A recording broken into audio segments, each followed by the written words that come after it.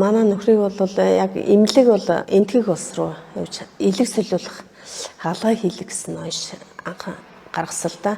Тэгээ бид нар нөгөө бас ингээл гадагшаа явахаар тэрийг бүгдийг судалж үзсэн, гадагшаагаа тэр нөхрийнхээ бүх оёшийг явуулж энтертэй нь холбогдож үзсэн. Идэх боломжтой гэсэн хариу ирсэн. Тэгээд явуулсан чинь зардал мөнгө санхүүгийн хувьд маш өндөр гарсан. Надад бол одоо хамгийн эцсийн юмч бол энэ амин чанарын урагл манай нөхөртэй нэг номерын таарч байгаа учраас алаад тосод маш өндөр гардаг байсан. Алаад тосод тодорхой хэмжээнд багассан байсан. Энэ санхүүгийн хувьд ч гэсэн бас их боломжийн гэж л би бодож байгаа. Яагаад гэвэл манай хүн нөгөө урд нь энэ амин чанар хэрэглэхээс өмнө мэдээж уураг алдaltaа альбомын тариагаар хийлэг гэдэг эмчнэр бичиж өгдөг. Тэгэл зайлшгүй тэгэл эмчийн бичиж өгснээ дагуу хийлгэхээс өөр аргагүй болдог.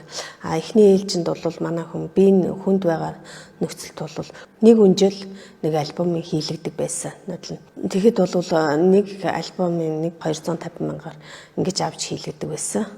Тэгэл байнгын эмнэлгээр явж байгаа хүмүүст чинь боломж олцсон маш их хүнд байдаг байсан. Харин одоо 200 мянгаар аваад бид нар сар гарна хэрэглэж чинь гэдэг чинь эдийн засгийн үед ч гэсэн маш их хөнгөлөлтөд тусаад байгаа байхгүй юу?